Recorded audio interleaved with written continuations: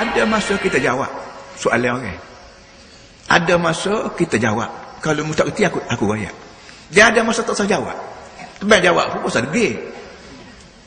Saya dua ni timbul cakap ada ustaz bodoh. Royak sana Aziz pun Nabi. Marah kamu. Orang lain kata, hamba kena marah. Hari-hari soal pakai menteri pun Allah mengendainya. Tenan juga nak jawab. Hamba jawab hari ni. Aku jawab dah. Cuma tak siap. Bila jawab dia tak siap, boleh tengoklah Facebook. Tengoklah Facebook ada di sana. Bila jawab dia pas tak siap, pada dia marah kita. Utusan Melayu, utusan ni perang kepala pengap dalam negeri. Dialah mulai pertama waktu mengkerpeng sekali. Pertama yang nak tahunya budak tu kata sungguh kau kamu je pandai-pandai kata. Yang keduanya aku jawab dah.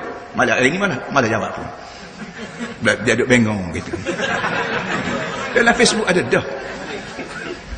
Ya ada masa apa namanya? Qul mutu bi ghaidhikum. Qul mutu bi ghaidhikum. Muhammad buat gini. Tengok cara Tuhan. Ada cara menjawab dia jerih, ada cara jawabnya menerang betul. Ada cara dia kata mutu bi ghaidhikum. Mampulah mu bawa sekali dengan dendam.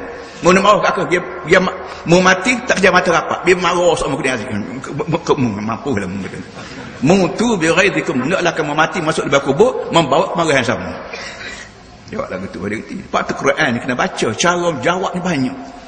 Jawab balas betul. Ajak dia apa ni debat, wacana, ceramah, kuliah. Dan ada masa kita kata kita buat senyap.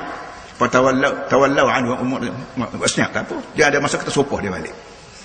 Orang yang degil ni jawab 4 hari 4 malam. Tak ada apa dia degil. Bukan dia tak reti dia degil. Wajahadu biha wastaiqanatha anfusuhum dhulman wa atwa. Orang ni lawan mu tapi hati perut dia mengaku hak mu kata ni betul.